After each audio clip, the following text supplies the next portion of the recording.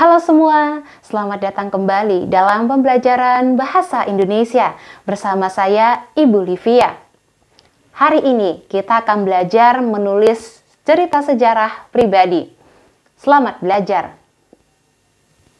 Seperti yang sudah dipelajari sebelumnya, novel cerita sejarah memiliki latar belakang peristiwa sejarah yang benar-benar terjadi.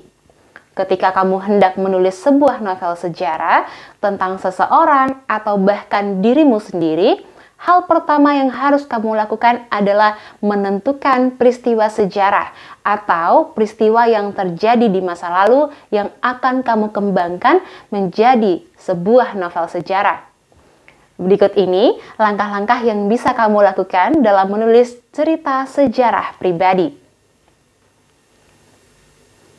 Pertama, menentukan tema. Tema adalah pokok pikiran dalam penulisan sebuah cerita. Tema yang sudah ditentukan kemudian dikembangkan sedemikian rupa agar cerita yang ditulis menjadi cerita yang menarik. Karena cerita yang diangkat adalah cerita sejarah pribadi, tentu saja selalu berkaitan dengan peristiwa yang pernah terjadi dalam kehidupanmu sebagai penulis cerita. Berikutnya, pusat pengisahan atau yang biasa disebut sudut pandang. Pusat pengisahan merupakan cara penulis cerita menempatkan diri di dalam sebuah cerita.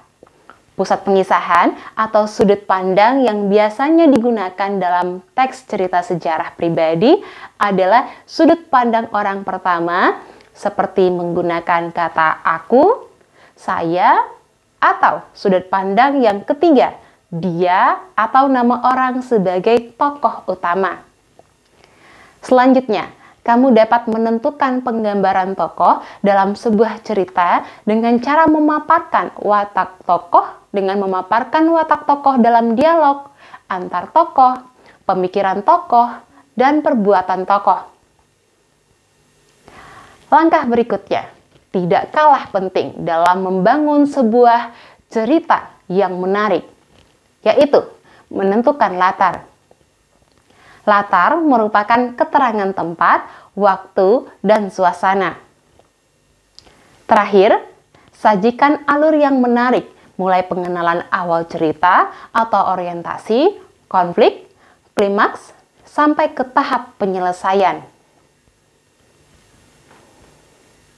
Nah, itulah langkah-langkah menulis cerita sejarah pribadi. Kamu dapat memasang target agar tulisan selesai dan dibaca oleh banyak orang. Demikian pembelajaran bahasa Indonesia kali ini. Selamat belajar dan sampai jumpa pada pembelajaran selanjutnya.